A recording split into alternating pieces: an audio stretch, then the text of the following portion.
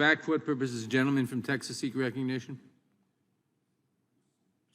To strike the last word on this Gentleman is amendment. recognized. Thank you, Mr. Chairman. Mr. Massey is right. He's proposing an amendment that will help with domestic violence. It will help protect women who are victims or have been victims of domestic violence. Because if they accept a gun from a friend after beatings, threats, the kind of thing that I dealt with as a prosecutor, I've seen, and by the way, to have more than one Democrat tell us, we don't care about domestic violence, or that, oh, they're pleased that all of a sudden we've shown interest.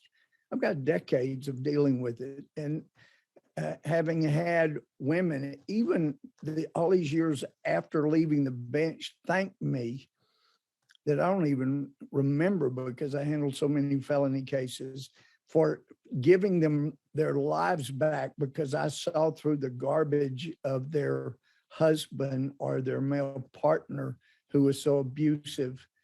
You've got no high road, no right to condescend. You don't know what our lives are. You don't know how we have fought domestic violence. I carry some of the scars from dealing with that issue, trying to help people over the decades that I dealt with it. But so he's got a good amendment. We don't need the condescension. It's not superfluous, this amendment. It's quite good, actually. And to condescend and say why we voted against DAWA, there was a lot of garbage in there. There was some good things, but Democrats weren't interested in coming together, but rather just trying to get a political win or notch on the belt. But let me mention some of the things that continue to be brought up regarding ending assault weapons in multiple magazines. The Justice Department itself has said that the impacts on gun markets and gun violence, he was talking about the assault weapons ban, but included multiple containments in magazines. The Justice Department says should be renewed. The ban's effects on gun violence are likely to be a small at best, perhaps too small for reliable measurement.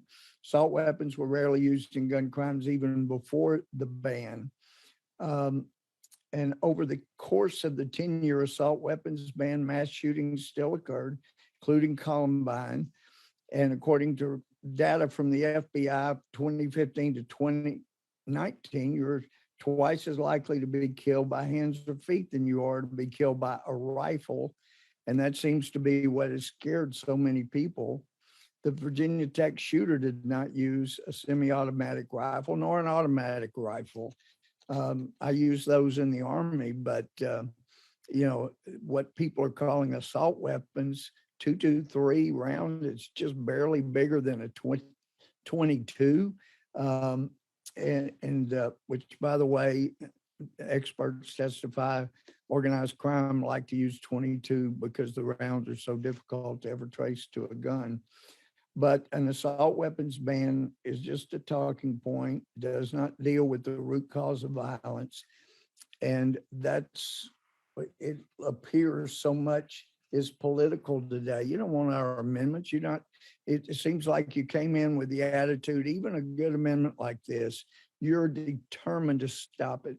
Now, as a judge handling thousands of felony cases, I don't remember any significant felonies where the perpetrator went in, bought a gun, got the background check, or bought a gun without one, but they always had to get one.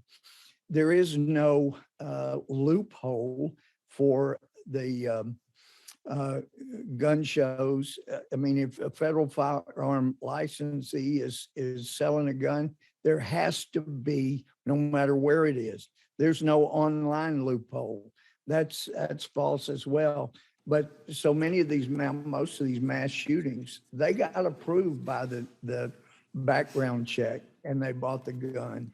So there is so much that's just talking points, but it's not going to solve the problem. And we want to solve the problem. I go back. Gentleman yields back. For what purpose does Mr. Johnson of Georgia seek recognition?